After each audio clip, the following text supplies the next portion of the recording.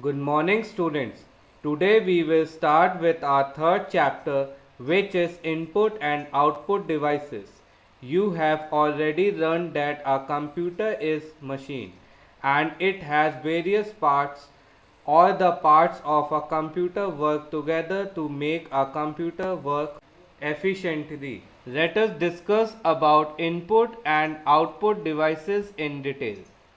You have learned about the IPU cycle in chapter 1, where I stand for input, P stands for process, and O stands for output. Hope you all remember that. The computer cannot work on its own. That means it needs commands or instructions from us just as you need instructions from your mother at home to do work. Let us learn more about the input and output devices. First is input devices. Input devices are used to enter data and commands. That means the data and commands that we give to the computer is called input. We can input data in the form of words, numbers, sound or pictures. The CPU uses the commands to process the data. This is called processing. The mouse and keyboard are commonly used input devices. Our first input device is mouse. A mouse is a pointing device. We can point at options or select things. When we select something on the monitor and press or click on the mouse button, a signal is sent to the CPU. Our second and important input device is keyboard. A keyboard is used to give input to the computer by typing.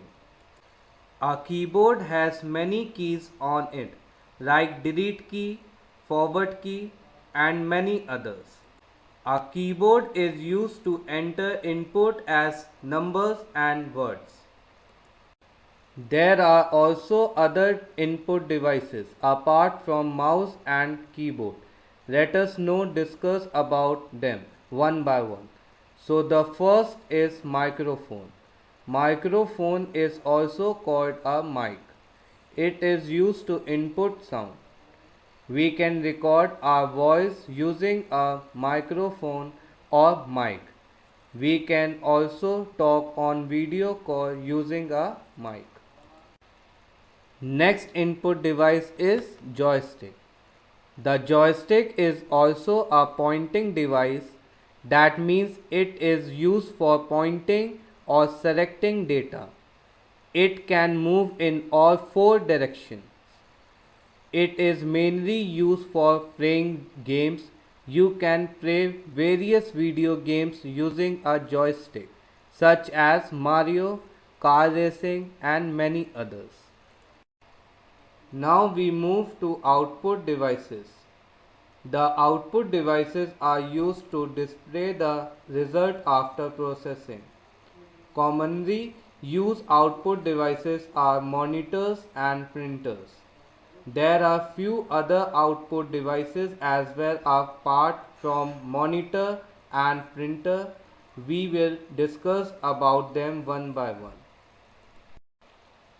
So students, we will start with first output device, which is one of the most important output device. It is a monitor. Monitor is also called as VDU or Visual Display Unit. The result is seen in the form of images on the monitor. That means when we input data using a keyboard or mouse, it is processed by the CPU and the final result is displayed by the monitor. Next output device is printer. As we know that our monitor gives the output of our processed data, similarly our printer also gives the output. But the result is shown digitally on a monitor and a printer shows the result on a paper which is called a hard copy, whereas the output by the monitor is called the soft copy. Our next output device is a speaker. Speaker is the output device which is used to hear the sound played by the computer. It can be found inside the CPU box or it can be kept outside. We can listen to music and other things using a speaker.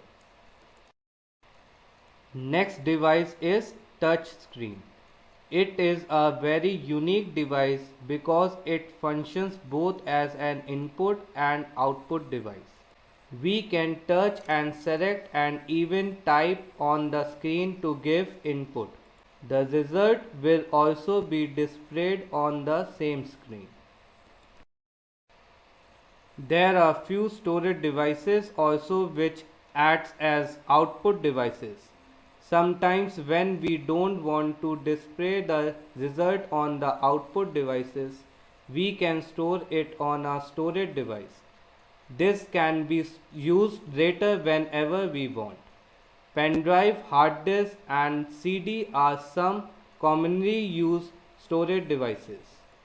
Hard disk is fixed inside the CPU box, for it has a large storage capacity even greater than a CD or DVD. Pen drive and CD are used to carry the data from one place to another.